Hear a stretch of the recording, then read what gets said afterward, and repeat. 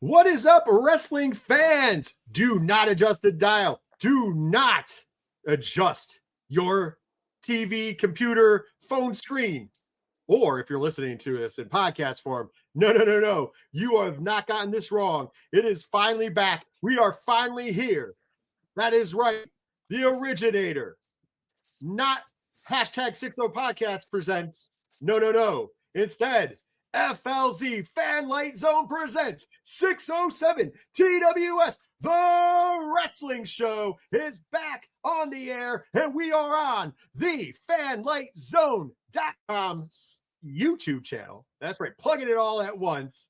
And of course, we are the only wrestling show that calls it right down the middle and is not afraid to give the honest takes in this wrestling business. And of course, if you don't know already, I am your host. My name is Rich. I am the FLZ executive producer. Joining me in the co-pilot's chair, as she will each and every week from now on here on 607 TWS, and she joined me in the co-pilot's chair each and every week elsewhere. She is the hunter of the Pokemon because she's got to catch them all. She is the cosplay guru, but more importantly, ladies and gentlemen, she is the pro grappling connoisseur, the first lady of 607 TWS. It is Miss Sammy. Sammy, how does it feel to finally be on 607 TWS? You know, it's so exciting to be here. I'm so glad that you and Ken called and reached out to tell me that you really wanted me to be a part of this. I'm just so happy to be here. I'm so glad that we get to do this every week talking pro wrestling. That's right. And of course, before we get started and jump into talking about all the pro wrestling stuff we're going to talk about, including our thoughts and recap of Survivor Series, War Games, of course, we're going to be talking about that TNA TV deal. We're going to be talking about NXT Deadline, and then bringing back a 607 TWS staple, the Indie Roundup, and we're talking Game Changer Wrestling. All of that and more is going to pack into this show. But before we get there, I have to give a shout out to the place that powers this all. And that, of course, is fanlightzone.com. Right above me, there is a QR code that will take you over to fanlightzone.com. Go over there. Check it out. The comic reviews are up. The first new comic book day is on the road. Join this new revolution for all your comic book and comic related news and pop culture news and also pro wrestling. Trust me, there's more pro wrestling stuff on the men's, and I know that a certain man named Dog is going to be making a blog very soon, blog appearance every week. So make sure you're checking out fanlightzone.com as we grow with us. And then, of course, I need to give you that call to arms, because first of all, you know fanlightzone.com. Follow us on all those wonderful social medias you see in front of you. You can find all of those at fanlightzone.com as well. But because you're watching this on YouTube, make sure you smash that subscribe button, click the bell icon for notifications so you know whenever we go live or whenever a new video goes up, because trust me, 607 TWS will be live as soon as we get everything off the ground. And make sure you hit that thumbs up, because we want you to be locked in and show that algorithm, wrestle that nasty beast of an algorithm to the ground so Fanlight Zone and 607 TWS can reclaim glory. Now, with that being said, sounded like a lot of interesting and fun things. But now let's get down to the nitty gritty. Let's talk about pro wrestling, because that's what people are tuning in for, Sammy. And we're going to start by going over what we thought of Survivor Series, War Games 2025. And trust me, it felt like a city. I was going to say what city it was in, because it was hosted in San Diego, California at Petco Park this past Saturday. Recorded attendance of 46,016. I know that we usually do that, but it just came up in doing this. And of course, as always, it was on the ESPN Direct app here in the United States and Netflix internationally, or if you have those three magic letters, VPN. That's probably the smartest way to do it. This show was special because myself, Ken M, and you, Miss Sammy, got together in the famous ODPH Dungeon, the original host of 607 TWS, and we watched Survivor Series together in person. So it's a very momentous occasion when that happens. I even got a picture. You did add a picture. It is up on the social medias. So with that being said, We would also like to notice that this is the second PLE in a row. It's only 2 for WWE, where the commercial breaks were back. And this is where you're going to see me insert a picture of the commercial break. Guys, commercial breaks. By the way, there was no commercials during the commercial break. It's just a break. It just says, as you can see from that graphic, commercial break now. But what? If you're going to at least have a commercial break, show the damn commercials. Like, it doesn't make any sense to me to put it in there. What, you couldn't sell commercials? Is that what it is? Because that's what I'm thinking this is. They couldn't sell commercials, so they just put the commercial break in. Oh, yeah, that'll be good enough. What the hell? Second week, this is the second time in a row. Get rid of the commercial breaks if you're not going to have commercials. Am I wrong for thinking that? No, I mean you've touted this amazing partnership that you have and with ESPN, that you keep talking about your partnership with Disney, because again, Disney is the parent company, of course, so you do have a partnership with Disney. You're gonna tell me you can't get anything on there? You can't plug ESPN? You can't plug the NFL coverage? You can't plug UFC? You're partners with UFC. You can't run an ad for that. You're gonna tell me you can't even fake it? So you couldn't sell ads, I guess, but you couldn't even do ads for your own things, ads for partners that you have. You couldn't do nothing. You're going to pull up that damn Slim Jim table and you couldn't even get a damn commercial in there? What is this? Snap into it? We just sit there and twiddle our thumbs for 2, and it gives you the counter, so you know how long you got to twiddle your thumbs for. I guess you know what, they're doing you a 3 favor. minutes a pop. Now you 3 minutes a pop. That means you got 3 minutes to go to the bathroom. That's what they're telling you. Why even call it a commercial break? Just say you have a bathroom break, or you got to go get food or a beer out of the fridge, whatever. I don't know. It's ridiculous. You get the ads everywhere else. But that's also the elephant in the room here. Because the elephant in the room, honestly, here is the fact that the pacing is so terrible. There's 4 matches on this card, and I get it. The 2 War Games matches take up a lot of time. However, yes, there was a lot of downtime. You had these 3-minute commercial breaks with no commercials. So then you have those. And then it was like they were killing time on top of that to get their own shit in. So like we're getting our own shit in when we could have done that during the 3-minute commercial break, which would have made the pacing of the show that much better. Like, it's annoying. Like, it's on some level just ugh. And it's not like they don't know how to do this, because they do it on Netflix. Because if you have the commercial version of Netflix, there's a commercial that plays. So they do have commercials, right? But if you're not watching, if you have the commercial free, instead of getting a commercial, there's a little, either they continue the match, or there's a backstage segment, or there's an in-ring segment, like interview segment.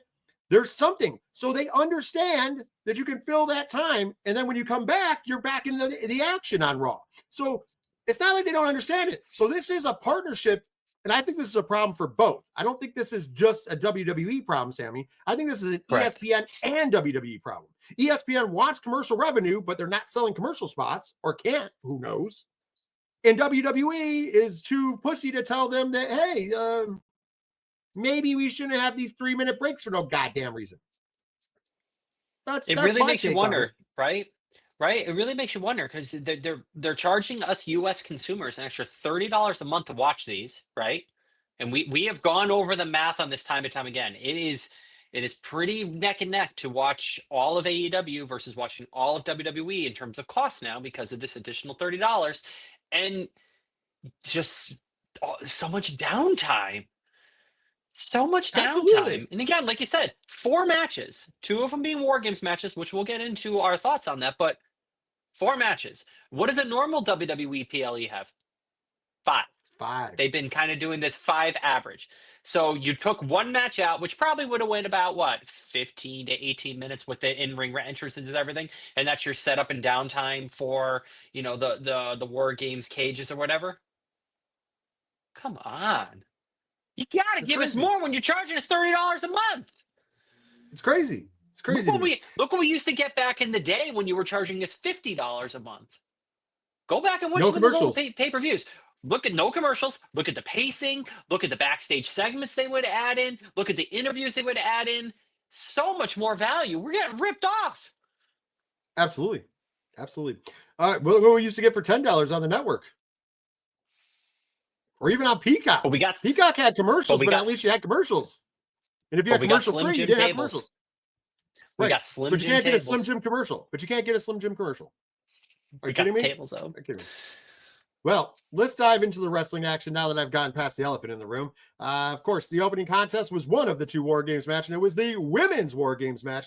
Team Rhea, as they pointed out, AJ Lee, Alexa Bliss, Charlotte Flair, Io Sky, and Rhea Ripley would defeat Team Asuka, Becky Lynch, Lash Legend, Nia Jax, and the Kabuki Warriors, Asuka and Kairi Sane, in 41 minutes, 10 seconds via Becky Lynch submitting to the tarantula put on by the one and only AJ Lee.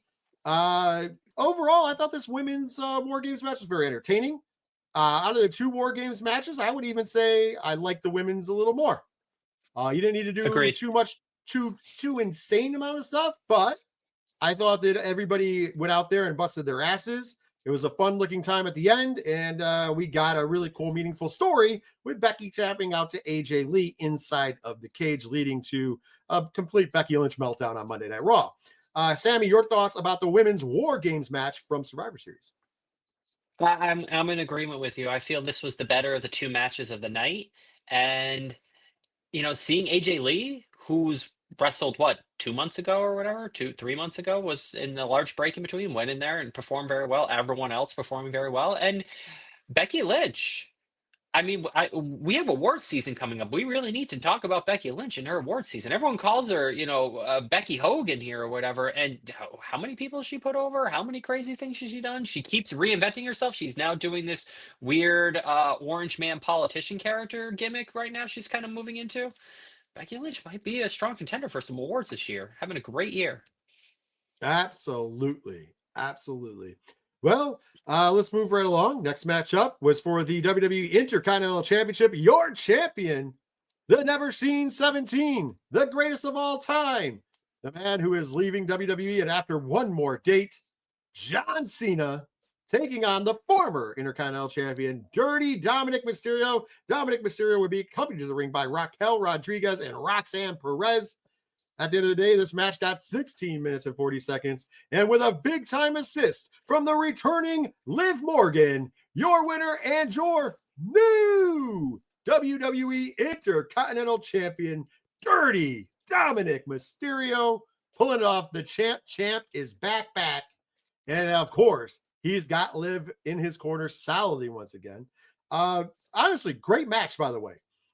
Cena is not phoning anything in on his final laps. I like the fact that they put over both Raquel and Roxanne in this match. Raquel hitting the Tejana bomb on John Cena, followed by pop rocks by Roxanne Perez onto John Cena before they got ejected from the match. I thought that was all cool and gravy. Really cool moments. And then, of course, when it all hope seemed gone, we got the return of Liv Morgan. It looked like she was done with Dirty Dom's shit, smacks him in the face, but then gives a big hug to Cena, and then the face changes, and then it's pulled a move right out of John Cena's heel turn, kick to the dick, and we got the win for Dirty Dominic Mysterio.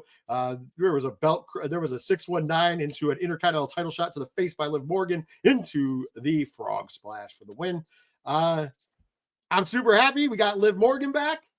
It was a little odd, I must admit. I did like the surprise of it, though, because we all knew she was coming back at the Rumble. We all knew. I love when I say it. That's a thing that you get used to me saying. We all knew it, right? Mm-hmm. But she didn't. And I think this was a smart moment. There's a lot of people possibly returning at the Rumble. There's a lot of rumors out there. I think bringing Liv Morgan back before makes it so it's more impactful because she is the belle of the ball here on her return as being the only return, because obviously there's some other names that we'll be speculating over the next couple of weeks, but i.e. Chris Jericho is being touted as a possible return at the Royal Rumble. That would take away from the return of Liv Morgan. I think she deserves everything that she gets because, let's be honest, Liv Morgan is damn awesome. Sammy, your thoughts on the Intercontinental Championship match, your new Intercontinental Champion, and the return of the one and only Liv Morgan. Yeah, I felt this was the match of the night. The in-ring wrestling was fine. Dominic Mysterio, he's worked very hard, but let's be honest, he's not like the greatest wrestler ever. He's come a long way, has some really fun matches. And John Cena at this point in his career, again, he's not going out there having five-star classics. But this match was fun. It told a story. It lead into a lot of tropes that Dominic goes into. It leads into Cena coming back and overcoming everything and such. And the Liv Morgan part is a ton of fun. I just truly hope going forward that Dominic eventually gets into a program with whoever is the wrestler that wrestles John Cena last. It's going to be Gunther, but whoever it is, and Dominic just keeps this program going that he's the one that retired Cena. I'm the one that beat him. I'm the one that beat him for the title and this and that. I hope he plays into that because that just plays into his character so well, and it'd be so much fun that he just owns that for the rest of time, even though he's not the one that actually retires him, but if he just does, because it's just such a dick thing to do, and I would love if he did that. I'm telling you, I'm praying for the wrestling world to crumble. There's still hopes that we get to the last Saturday night's main event. You could have Gunther win the tournament, but then he gets taken out by an opportunist. Kicking the dick. By an opportunist. Maybe some would say the greatest opportunist of all time. The rated R superstar. Who knows? I don't know. TK said he's filming a movie or whatever, but that would be cinema, wouldn't it? I'll keep hope alive because then all of a sudden it's Ghostbusters 2 up in here. The world is coming to an end. Cats and dogs mating together. It's loving it. Yeah. This is going to be good. So I'm keeping hope alive. That's the fan of me. Do I think it's really going to happen? Slim chance. I think we're 99% chance that that's definitely not happening. You notice I said 99% because there is that 1% that I'm holding on to. But let's be honest, it's probably not going to happen. It's probably going to be Gunther. I just hope actually Cena goes over. Because my argument for Gunther winning is Cena can go over because it doesn't hurt Gunther to lose. I agree with that. And Gunther is the likely choice of people that are really on the roster at this point. But he's also someone that doesn't really need it because WWE has shown this shyness to giving it to someone even younger than a Gunther. It's one of those, really kind of, we'll call them green NXT call-ups, even though they're not green. They spent a lot of time in NXT. They're actually know what they're doing. But you know what I mean? They're not comfortable doing that. And then obviously the veterans, none of them need it, or some of them have already gotten their wins over John Cena. So it's like Gunther is kind of the best of all the bad options. Well, here's the thing. I wouldn't even say bad options. I think it's a safe option for a couple different reasons. A, if you do want Cena to go out winning, which is fine, it's a guy that doesn't hurt to lose. But here's B, because you came up with it just a minute ago, and I think it's ingenious. If you have Gunther lose, you can set up a program between Gunther and Dirty Dom. Because Dirty Dom is going to be like, well, I was the last person to beat, I was the last person to beat John Cena. And Gunther, of course, going to be mad about it. So he's going to go after Dirty Dom. And then you have this cool program that you could run where you elevate Dominic Mysterio a little more. And it also gives Gunther something to do as well. So I think, and I'm not saying, let's be honest, we've said it for a while now, WWE is kind of creatively bankrupt. So that's probably not going to happen. Gunther's probably going to go over. We're not never going to hear the end of it. But if you did, you could have Cena go out as a winner, which he deserves. Once again, I get it. The time-honored tradition, as somebody's a traditionalist, is to go out on your back. But once again, I did not get offended when Sting won his last match. I would not be offended if John Cena. There's some guys that if you win their last match, that's fine. Gunther's a perfect pick because it doesn't hurt him to lose. And B, if you do use that as him going after Dirty Dom, it's a good storyline. And then that is a place where we know that it's long overdue for the Judgment Day to break up. But think about it. Dom's going to rely on the Judgment Day, and then the Judgment Day turns his back on him. That's it. There's your answer, ladies and gentlemen. And it's not a hard one. But once again, WWE's creatively bankrupt, so probably not going to happen. All right, let's go to another match. Speaking of creatively bankrupt, Women's World Championship was on the line. Your champion, La Primera, Stephanie Vakir, taking on WWE Hall of Famer Nikki Bella. Match got 12 minutes and 20 seconds. At the end of the day, your winner and still the WWE Women's World Champion, Stephanie Vakir. And oh boy, let's give it credit where credit's due. At least it was better than Nikki Bella's last outing. This is true. This is very true. Very, very true. Was it good? Nope. No. But it was better than her last outing. I think we could all agree on that, right? Yeah, I can agree with you on that.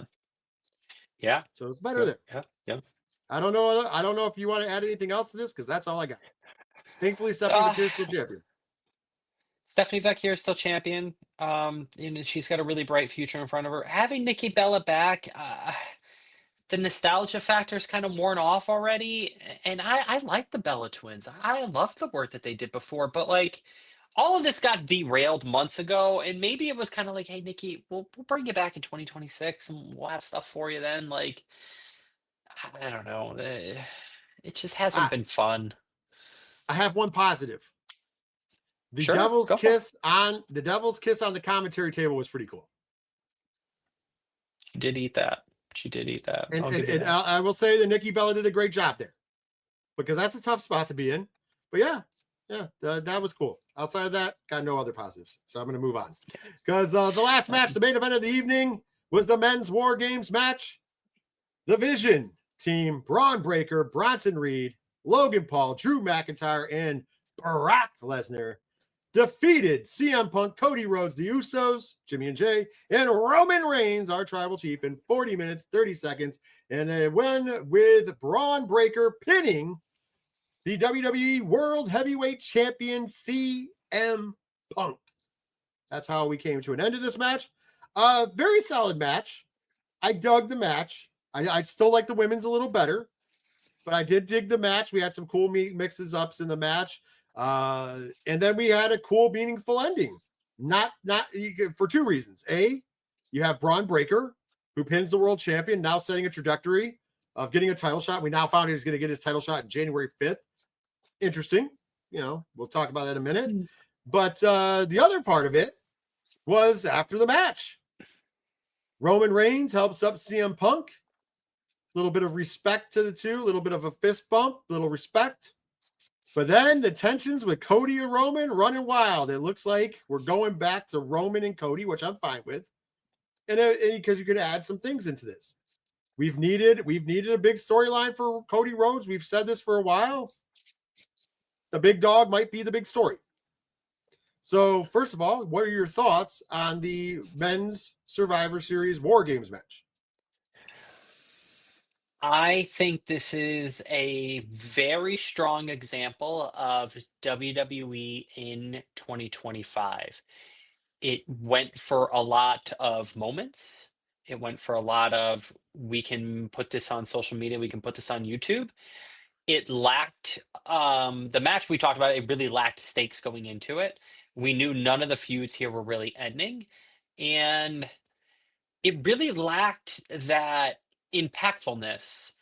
It really felt like WWE, it feels like WWE is very afraid of all of their competitors in terms of going too far. And not that they shy away from gratuitous violence. They'll do it from time to time. And obviously AEW, you can go see it anytime you want there because that's all they do week in and week out. But when you look at War Games and what it's supposed to be, it didn't feel like a war at all. It really just kind of lacked that. And I think that's important because, a lot of the other commentators, and I'm going to kind of side with them, saying, if this is just another gimmick match, I'm sorry, you got to move away from it already. And it already might be at a point where it needs to be rehabbed, much like Hell in a Cell did, or some of the other matches where it's like, this is supposed to be the big feud ending thing. And this was all story, which WWE can do story from time to time, but the big moment shouldn't be Jey Uso on top of the cage eating. Where's the massive chair shot? Where's the big table spot? Where's any of that? And it seems like they just shy away from it because they're too worried about people getting hurt, which I totally understand that. But somebody's got to be Darby Allin in WWE and be the brave one, right? Am I wrong here? What do you think, Rich? Oh, well, the problem with that is we just saw Darby Allin get hurt. Well, he got hurt in a regular match. He should have been doing something hardcore. Right. Well, here's the thing, though. But you can say that, right? But he puts his body through so much that you don't know where the underlying cause is. So, like on one end, I agree with you because I think you need to do a little more. There's got to be a happy medium between what AEW does and what WWE does, right? There's got to be a happy Yes. medium. I thought that they kind of got a little bit of it early in the match because both Punk and Rhodes got color during this match. Not like disturbing amounts of color, but still got color during the match. So I thought that, okay, you're leaning a little bit towards something. Would I have liked to see it a little bit more violent? Absolutely. but at the same time, I don't need it to be so violent that it's like, what's the purpose? And then once again, it's not that it offends me, because like somebody might say, well, it's because that blood and guts water spot offended you. No, I watch deathmatch wrestling, so none of this offends me. I'm wearing an MDK shirt, okay? Right. I don't get offended by any of it, because listen, I see far worse on a weekly basis, right? No matter what, War Games is going to be tame. Even AEW's version of War Games, Blood and Guts, is tame compared to what you watch in deathmatch wrestling. It's not even close. And especially because GCW does their own Art of War Games match, where it's a deathmatch version of War Games. So like any of this stuff is tame. You know, also you have Cage of Survival, you know, which is a play on the old school CZW Cage of Death. Once again, it's all tame. You know, like Yes. War Games, even in its history, even when it was started by the great legendary American Dream Dusty Rhodes, it's never reached the levels that you're going to see the deathmatch version. So I don't, the violence doesn't bother me, and I don't need it to get that violent, because the deathmatch versions are going to get you there. But with that being said, I think that there's one thing that's getting lost in the sauce on all of the War Games matches. I am not in the camp of the we don't need to do War Games. I'm not in the camp that there's too many of them. I'm in the camp of they're not meaningful. And what I Mm. mean by that is we had 4 War Games matches in the last couple weeks. 4. 2 Blood and Guts, 2 War Games. Call it what it is. All War Games. And Star Wars. in Yeah. those 4 matches, what were the stakes? What came out of it that made me go, oh, that was worthwhile to have in War Games? Because nothing did. The women's Blood and Guts match was great. I think probably out of the 4 of them, my favorite. Did have a lot Yeah. of Agreed. violence.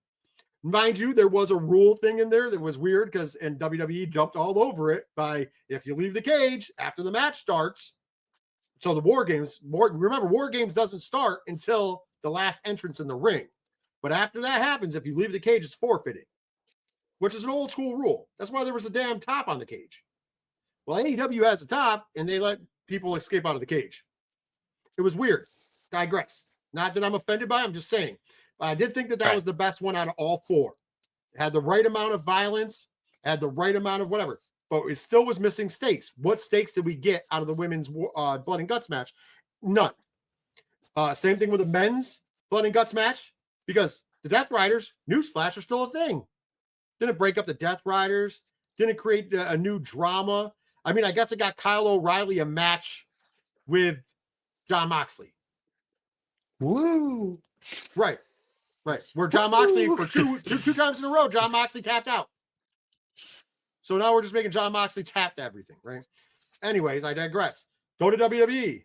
Women's War Game match. Okay, there's bad blood there, but did it finish any of the bad blood? No, not at Yeah. all. And then in the men's War Games match, there should have been even more bad blood because of the parties involved, and we just treated it as a comma. So coming out of War Games, the comma on this is that Braun Breaker is going to get a title shot division. The comma on this is that we look like we're going to go to Cody and Roman, which once again, star power wise, I'm not offended by. However, could have gotten there a different way. And last but not least, the biggest intrigue we got and the biggest story we got is this masked man that helped cost CM Punk the match.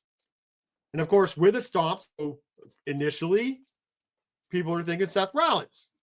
But Seth Rollins just had shoulder surgery, and we know it's real. You know he had the surgery. So only him. The internet's going crazy, right, Sammy? They got to pick, right? Who's the internet picking? The internet was mostly leaning towards Austin Theory, which would make a lot of sense. He was rumored to have been part of the Vision Group, months ago. Um, I am a believer that it could have been Austin Theory as the one who actually did the moment in the match. That would make a lot of sense, but that doesn't necessarily mean that Austin Theory will be the masked man.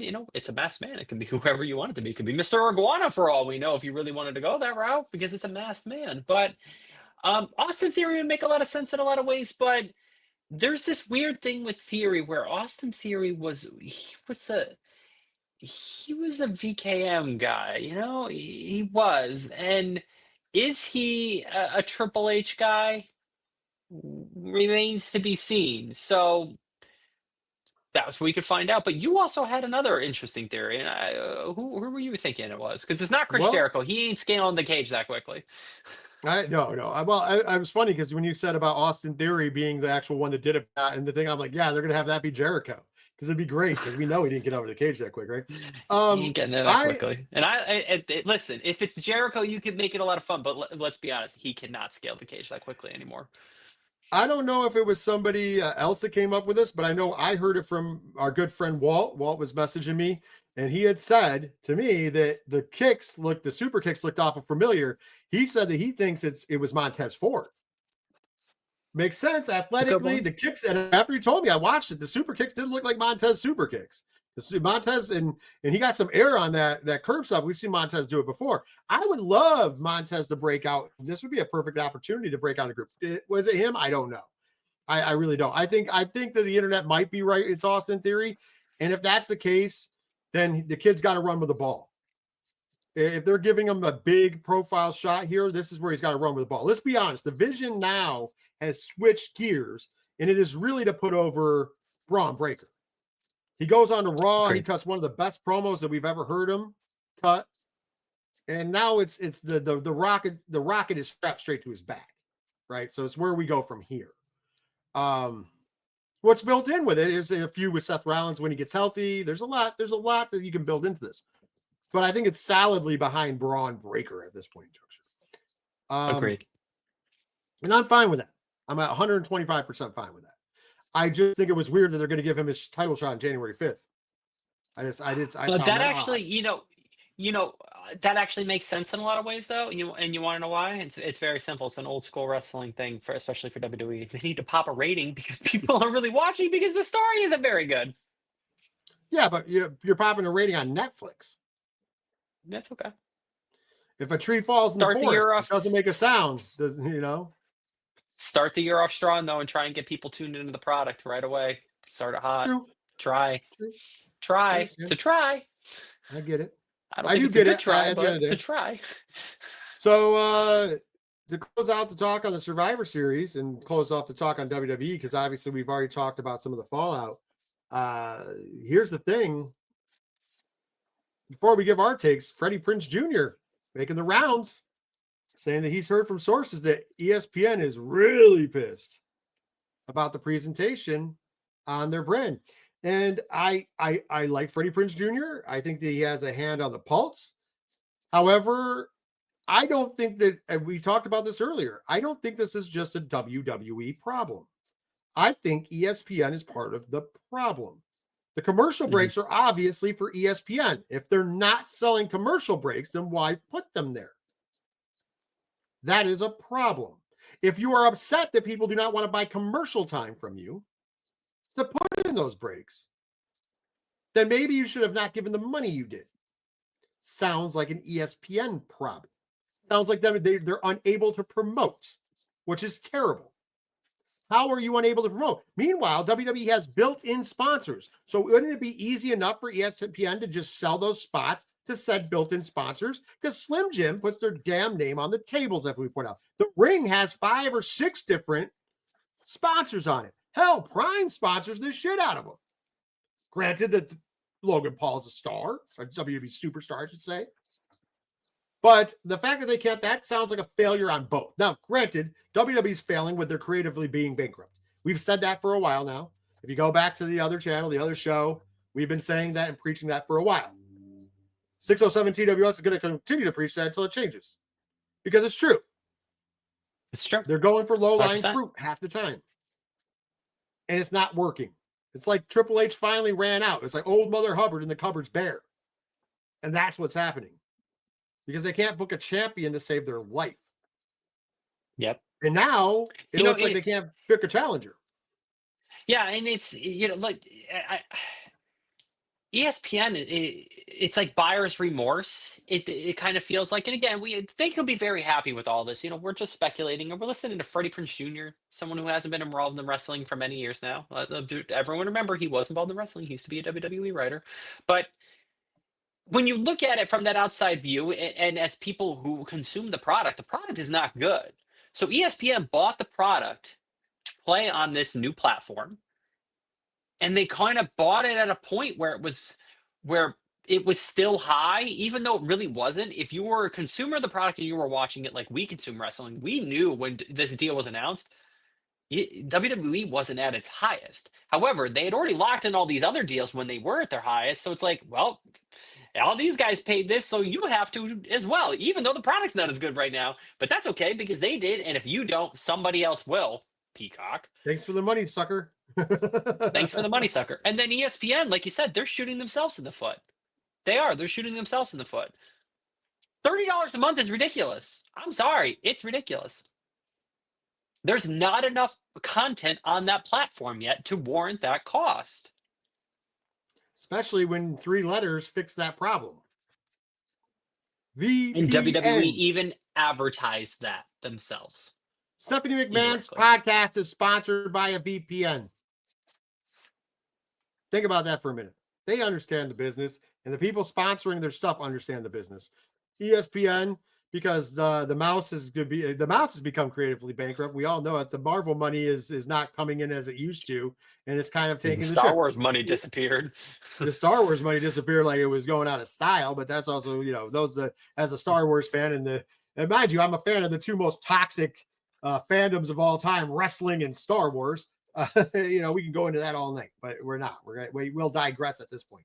So, I mean, overall, it was I entertained with Survivor Series? Yes, I was entertained. Was it a great show? No. Was it a terrible show? No, it wasn't terrible. I've seen far, far worse.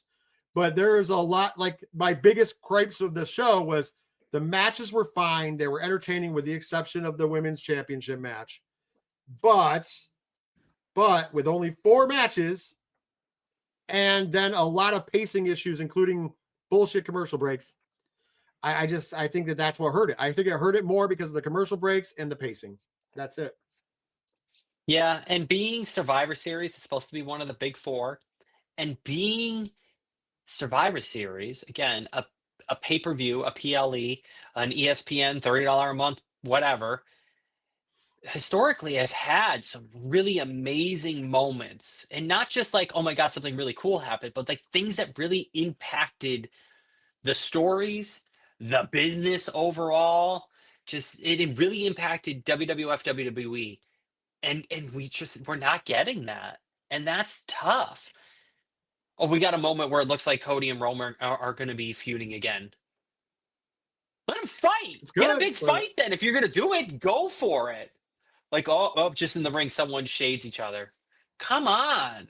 You got to give us a little more than that. And that doesn't rush the story. If Cody pushes Roman and they get into a little tussle and Punk and the Usos have to break it up, it's a little more than what we got. I'm too scared. Agreed. Let's switch gears. WWE names attached to this, but it's not WWE, it's NXT, and NXT's got a huge PLE going down this upcoming Saturday at 7 p.m. Eastern Standard Time over on the Peacock. The Peacock. That's right, from the Boeing Center at Techport in San Antonio, Texas. NXT Deadline. Are you ready to talk the card for NXT Deadline real quick? I'm just going to do a quick rundown of the entire card, and then we're just going to give our quick thoughts. We're not going to break down everything because we don't need to break down everything. Are you ready, let's Sammy? Through this. Yeah, all right, we got the NXT North American Championship on the line. Your champion, All Ego, Ethan Page, taking on Mr. Iguana. We have a singles match. Yes, it is for the championship. I said that. North American Championship. We have the singles match with Tatum Paxley taking on Izzy Dame. Then we have the first of the 2 Iron Survivor Challenge matches, and we'll start with the women's. The winner of the Iron Survivor will get a shot at New Year's Evil. You have Sal Ruka, Lola Vice, Kalani Jordan, Jordan Grace, and Kendall Gray taking place in that match. Then you have the men's Iron Survivor Challenge. Once again, winner will get a shot at New Year's Evil. Your participants are Javon Evans, Leon Slater, Joe Hendry, Dion Lennox, and Miles Bourne. And in the main event of the evening, or maybe the opening contest, depending upon which report you're looking at, the NXT Championship is on the line as your champion, Absolute Ricky Saints, takes on former champion Oba Femi. On paper, it's a pretty damn good card. I do like the Iron Survivor Challenge matches. They've done well with the Iron Survivor Challenge matches in the past. So I dig those. I love the fact that we got Ethan Page and Mr. Iguana. And Tatum Paxley, Izzy Dame is a great storyline there. And then, hey, how do you miss with the rematch for the title? Saints and Femi. Your thoughts on the NXT show? What are you looking forward to? And what are your thoughts? Yeah, no, this is shaping up to be a fun show. We'll see how it plays out. All ego Ethan Page. I love the work that he's done this year. The partnership with Chelsea Green and everything has been a lot of fun. I'm hoping to see it keep going. Hopefully. I'm with you on that one. I'm definitely with you on that one. All right. We've come. We're here. It's the return. This is 607 TWS. Here, we like to talk all wrestling, including independent pro wrestling. So it's now time for the Indie Roundup. And this week, it will be featuring Game Changer Wrestling. Of course, if you've been living under a rock, you might not know what Game Changer Wrestling is. If you don't, you might want to check it out over there on Triller TV Plus. But they got 2 huge cards going down on Triller TV Plus this upcoming week. And starting on Friday night from Seattle, Washington, we have GCW Say You Will 2025. Of course, card subject to change, but this is what we have on that tap for that card. GCW World Tag Team Title Match. Your champions, YDNP, Alec Price and Jordan Oliver, or as we like to call it, the Buster in the Brain, taking on C4, Cody Chun, and Guillermo Rojas. Then we have a singles match where Jack Evans will take on Jack Cartwheel. That's going to be impressive. Yep. Former GCW World Champion Effie will take on Priscilla Kelly. Of course, you know her as Gigi Dolan if you're a WWE fan. And then in a singles match, we will get the bad boy, Joey Janela, taking on Shotzi Blackheart. And then we also will have the GCW World title on the line as your new champion, Atticus Kogar, takes on Matt Tremont, the Bulldozer and Deathmatch legend. What are your thoughts on that card as you hear it, Sammy? You have a lot of GCW staples there. You have a lot of people that have matched it before. You got some new stuff there. GCW has had a really strong year, and it continues here. I'm looking forward to this. I'm looking a lot forward to this. I am a big fan of the company. I've been of GCW for a while, and man, they always put on a great show, and this is stacked up. But they're following the next night. They got Highest in the Room 4 coming from the home away from home, the Ukrainian Cultural Center in Los Angeles, California. There, we're going to get a little more extreme as the GCW Ultraviolent Championship will be on the line as your champion, Matt Tremont, will be taking on Damien 666. Jack Evans will be in action again that night, taking on the bad boy, Joey Janela. Cyclope will be taking on Drew Parker. Priscilla Kelly will be taking on Vipress. And in the main event of the evening, for the Game Changer Wrestling World Championship, your champion, if he's still champion after night 1, Atticus Kogar, will take on the former champion in a one-on-one rematch, Effie. Another great card for Game Changer Wrestling. Your thoughts, Sammy? I think I'm still looking forward more to night 1.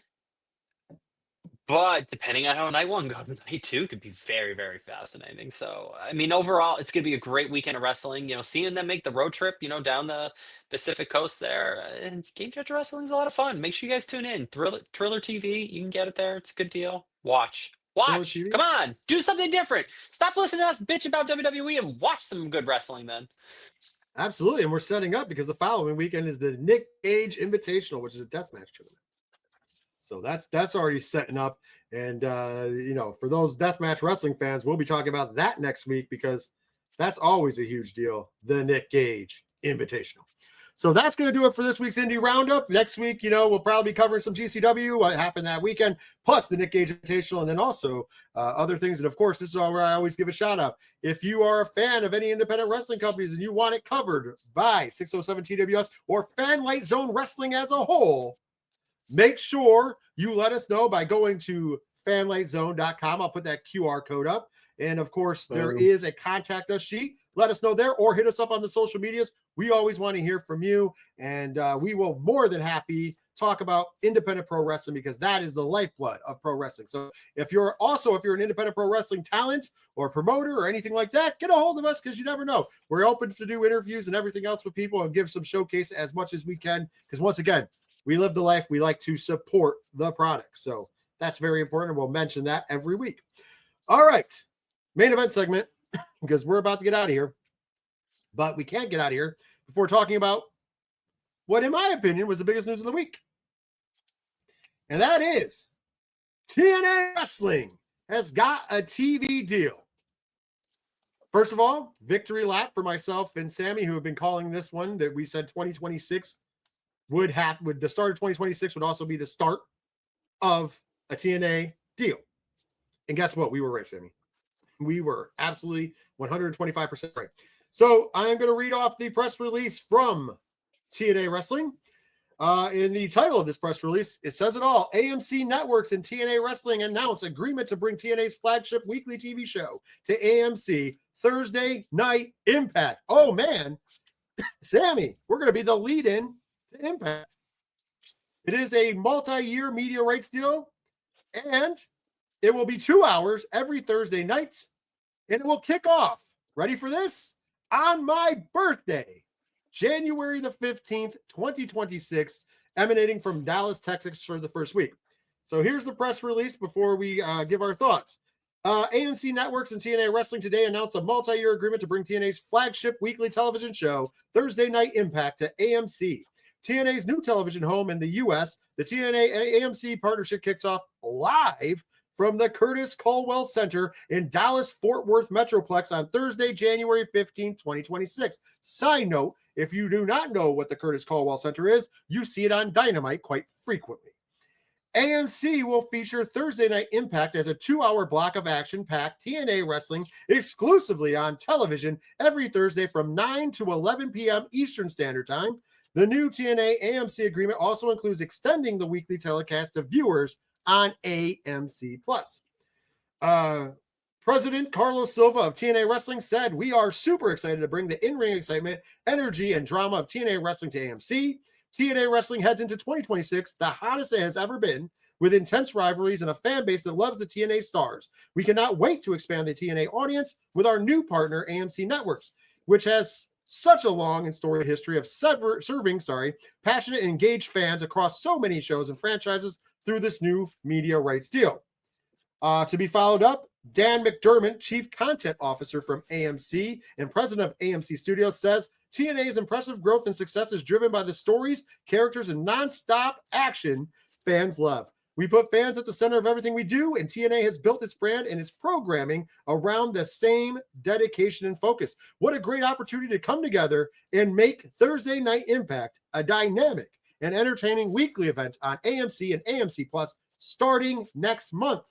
I will say this real quick. For those of you in the Dallas area, the tickets for the AMC debut on January 15th will go on sale Thursday, December 11th. So next Thursday, starting at 10 a.m. Eastern Standard Time on TNAWrestling.com. And the ticket pre-sale starts Tuesday, December 9th. So this upcoming Tuesday at 10 a.m. Eastern. To register for the pre-sale, go to TNAWrestling.com. So, and press release. What are you thinking, Sammy? Just from hearing that, what are you thinking? Listening to the quotes from AMC and TNA, there's a lot of truths in there. There really is. There's a lot of positive things to talk about. I think there is one, maybe little tiny elephant in the room that has been confirmed that TNA will continue its partnership with WWE, and I'm sure AMC is very much in love with that, to have that loose connection as well. I'm sure they enjoyed that. It's a win for TNA, it's a win for WWE, and it's a win for AMC in that regard. There was some talk about TNA will have some of their shows be live and some of them still be pre-recorded, which I think works really well for them. You could really make some of those live shows really special in a way, and you can make some of those other pre-recorded shows, you could just make them really strong, entertainment for the day. It's a huge big bucket of win here. Like, this is really amazing and really good news for TNA, because they've really been the strongest wrestling company this year. They've been putting on the most consistent storytelling, the most consistent match telling. They've had some really big moments. Hardys and the Dudleys. I mean, the hard work is paying off for them. And we were very critical on TNA for a long time when Scott D'Amore left. We weren't really sure what the direction of this company was, because he was basically Mr. TNA. But that partnership with WWE and just a refocus of back to storytelling and strong match, layout and execution, it's really serves them well. So, a round of applause to TNA. Super excited to see what you do in 2026 because it's been a joy to watch. Well, obviously, this is definitely the payment off of the AEW WWE partnership. So that's the first and foremost there. Secondly, it is definitely earned. TNA Wrestling in the last year has really, really stepped up. And I'm not going to say they're number 2. I know that gets pushed out there a lot, but they've really stepped up to make a case. And this is just the next part of the deal to make that case. I think for them, the sky is the limit. Sounds like AMC is happy. This is going to make some good product there. 9 to 11 o'clock Eastern Standard Time every Thursday night. Very cool deal. It's going to make it more accessible for more fans. Bottom line. I think that this is a good deal. I think that, you could have got better. But I also think that there's some things to be worried about, but not on the TNA end. The big question mark, the big elephant in the room is we know WBD is up for sale. That's not a big secret. WBD's contract is with AEW, and AEW could be on the move. They're not going out of business. Don't go into the doom and gloom, that nonsense. I don't believe any of it. But there is a possibility when WBD is sold that you never know if the new owners want to honor the contracts with AEW. They don't have to. At that point, they actually don't. They can buy them out. And a lot of times when new owners come in, you want to cut costs.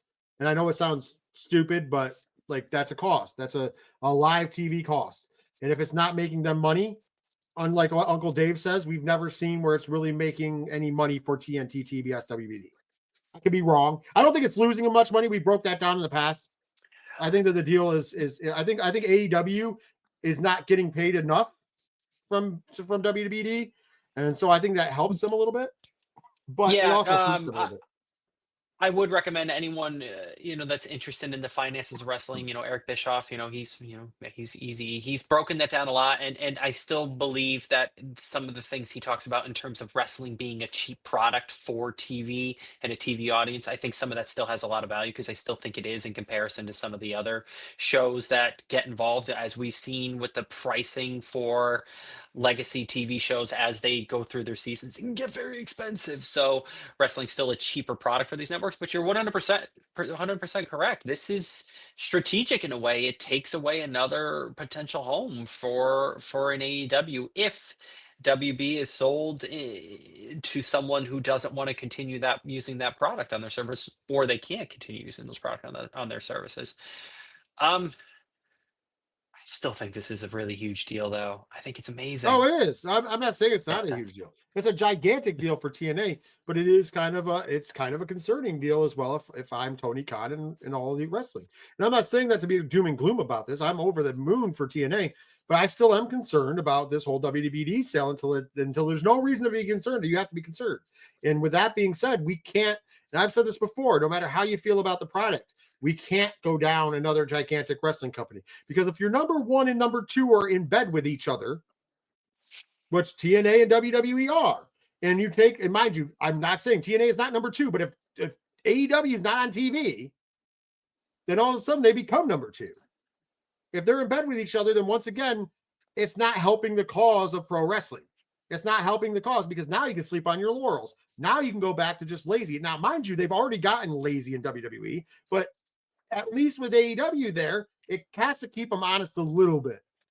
And it also helps the wrestlers, because let's be honest, the wrestling pay scale, because I'm not pro company, I'm pro wrestlers, and the pro wrestling pay scale has gotten better because WWE has to compete with AEW in contracts. So this is one of those situations like when WCW went down. It's not a good situation. I'm not saying AEW is going away, but if they're not on TV, it does hurt the product. And it does not help the wrestling fans. And once again, this is my call to arms for Tony Khan. It's not on the fans. I know some people like to put it on it. It's not. It's on Tony Khan and AEW to put their best foot forward and the best product on television that they can to get people to tune in every week. Because although you think that the ratings are bullshit, they're not. That is what determines if advertisers are purchasing spots. And if advertisers are purchasing spots, that means you will stay on air and you will be rewarded for it. If they are not purchasing spots, you are in trouble. And that is a problem at the end of the day. And I do not want to. I repeat this. This is not a hating on AEW segment. I do not want to see AEW go away. So I need them to make enough money. So bring in the eyes, bring in and I'm not telling people to, and the reason why this isn't on Fan Sammy is because I'm not telling anybody to guilt watch anything. We shouldn't guilt watch things. We should be forced to watch it because it's must see TV. I don't guilt watch WWE. I don't guilt watch TNA. I don't guilt watch Game Changer Wrestling. I'm sure as hell not going to start by guilt watching AEW. Make me want to tune in. Now, granted, we watch all those things, right? But I'm just saying, make me want to tune in. Make me want to make a destination television. Make me want to second guess where I put my wrestling show because I don't want to compete with your product. The joke for the long time is we could move this show to Wednesdays and we'd still be doing fine. Make that statement wrong. So TNA has been a company for what, 20 plus years at this point, right? It started before 2005. Oh yeah, it started maybe 20 because it started probably about prior to 2005, I think. Yeah, I'd have to look that up real quick. So they've landed this TV deal. So for the past several years, it's a company that's had no TV rights deal, so they're not making any money off of it. So now that they have them, they're going to make a little bit of coin. What do you think they do with that coin? I personally believe it's going to go right into the visuals of the product. They're going to work on beefing up the sets. They're going to work on beefing up the staging and everything. I feel like that's where you go first with your investment. Well, what do you think? First and foremost, I want to start by saying TNA started on May 10th of 2002, but their first show, the first weekly, remember the first weekly pay-per-view? The first show didn't air until June 19th, 2002. So June 19th is the answer because you can say when the company formed. Yeah. So you're talking about 23 years, over 23 years, so going on 24. So what was the question about? What was the question about? So TNA has operated for the past several years with no TV revenue, no rights deal, no money from that, and obviously that's a huge impact on your bottom line and the things you can do. So what do you think TNA is going to do with this new influx of cash? And my thought is it's going to go right into the production value. They're going to up their staging. They're going to up their just the way everything looks and feels and make it feel just a little bit brighter and bigger than it really is. And I think that will go a long way, making the product look really shiny on TV every week. So is the question, what would I do, or what do I think they should do, or what do you think, or what I think they're going to do? How about all three? So what I think they're going to do is what you said. What I think they should do is none of the above. What I think they should do is focus on what they've been doing and continue to do so. The reason they're in the seat that they're in is because they're creating compelling storylines that are bringing people in for their pay-per-views, their PLEs, and their weekly show that you have to find either on TNA Plus or YouTube or wherever the hell you're getting it, right? So if you are already driving that, that's what drove people, that's what got you the deal. My point is you don't change it. And the reason why is because as soon as you do, you've muddied the waters. That is the biggest fallacy in all of wrestling and every other form of entertainment. Everybody thinks that once you get to the show, you have to do bigger and better. If AEW took the initial, what they did in the beginning, and they kept that and they kept running with that ball. I'm not just talking about the back office. I'm talking about their production, but coming to you from smaller venues, like reasonable size venues. Occasionally they did bigger ones, right? But they did smaller kind of venues, not the tiny ones, but smaller venues all over. As I've talked about before, abandoned WWE cities would have been perfect, right? My town included. They would not be in the position where they are now with ticket sales because they wouldn't be running back to the same markets over and over again, killing the town, and then wondering why nobody wants to come to the show. And I think that that's a problem with TNA. If TNA starts running gigantic buildings, when, yes, they're starting to fill, 6, 7, 8,000 seaters. They've had a couple big PLEs at the 10,000 plus, right? But mostly they're starting to fill those 5,000 to 7,000 seaters or a little less. Don't get me wrong. They still run. You need to stay in that zone. As soon as you start going into half empty, gigantic buildings, which thankfully they're not with their first show. And as soon as you start acting these massive stages and all this extra stuff, when by the way, the production value looks fine, they need to tighten up on like the actual video production, like the camera shots and angles. Some of that needs to get tightened up on. I've said that in the past. But when you already have compelling storylines, you have characters that people are interested in, and you have really a groundswell, continue that. And I think the problem is if you start influxing, and I don't disagree with you, it'd be cool to see the new flashy set and all that. But well, I don't think if you're not focused on, yeah, I don't think it's going to be like a massive. Yeah, I don't think it's going to be like a big, massive change, and you're just going to see this brand new set rolled out there. But I think the changes that they'll use with that money will be more focused on the overall production value, on making the product start to appear better, which is a much better way of doing it than going out and starting to try to buy talent or to poach talent or whatever. Don't get into those bidding wars again. you don't need Focus to on do what it. got you there. Yeah, you don't need to do it. Don't do Well, it. the problem is, Focus, right? Focus on just making the product continue to look better. Make it match the quality that you've been putting into it from the other side of it. but my argument to that is TNA doesn't even have to do any of that. Their partnership with WWE ensures them that they are getting talent and they're able to keep talent, because the way the cookie crumbles is that WWE sends guys there for one, and then two, they're also kind of considered now a minor league for World Wrestling Entertainment, an official minor league for World Wrestling Entertainment. So that means that guys coming up through the indies and gals, sorry, I don't want to leave anybody out because they have a hell of a women's division. That Knockouts division has been one of the best in wrestling for as long as we can remember. And so the guys and gals coming up through the indies, that is a destination to go to because it gets you that next step closer to the WWE Performance Center / World Wrestling Entertainment, whether NXT and above. Now, granted, there are some people now with AEW that don't want to go. They want to go to AEW. But once again, a TNA run can get you a lucrative contract also with All Elite Wrestling, proof of which is look at Speedball Mike Bailey. I understand he worked for other places, but Speedball Mike Bailey really made a name for himself for the masses, not for people like us who watch a lot of indie wrestling, but for the masses, he really made a name in TNA, right? Or Impact when he first got there, then TNA Wrestling. So the whole point of the matter is, with making that name, with being that guy, it made him more attractive to go and sign a lucrative contract with All Elite Wrestling, which is fine. That's where TNA's role is. Now, granted, they want to switch places on they want to switch spots on the bus, if you will, with AEW. So to make that run, how do you do it? I already just gave you the blueprint. Stick to what you're doing and just continue to make it better. And because they have. Over the past year, I could argue that TNA Wrestling is the best out of the major promotions, is the best wrestling company in wrestling. They have put on the most compelling storylines. They've put on the most compelling matches, and their partnership with NXT / WWE has really paid off in spades. Like, there's no way you can't argue it hasn't. And this TV deal is another example of how it's worked out for them. Way better than their deal with AEW. And that's not a shot. It's a fact. As Paul Heyman would say, it is not a rumor. It is a spoiler. and the problem is that, and mind you, I'm not saying anything you said was wrong. I think that they should add to the production. And like I said, especially get tighter on how they shoot wrestling, because that is one of the rough spots in TNA still is they have audio and video issues, ironically enough.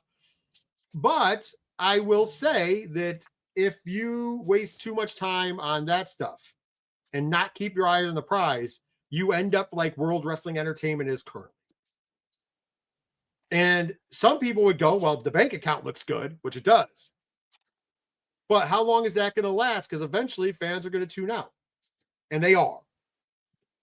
And we're looking at coming into a WrestleMania season. Quite frankly, we've talked about this and we'll be talking about it through the season because we're keeping our eye on it. We're coming into a WrestleMania season where there's a lot of disenfranchised fans who, I'm not saying they aren't going to watch WrestleMania, because they are, or we all watch WrestleMania, whether we're watching the product or not. However, I don't think anybody's excited. There's no groundswell anymore. There's no. It very well could be a make or break WrestleMania for a lot of fans, where it's kind of like, you know what? I'll tune in next year at Royal Rumble, see what happens then.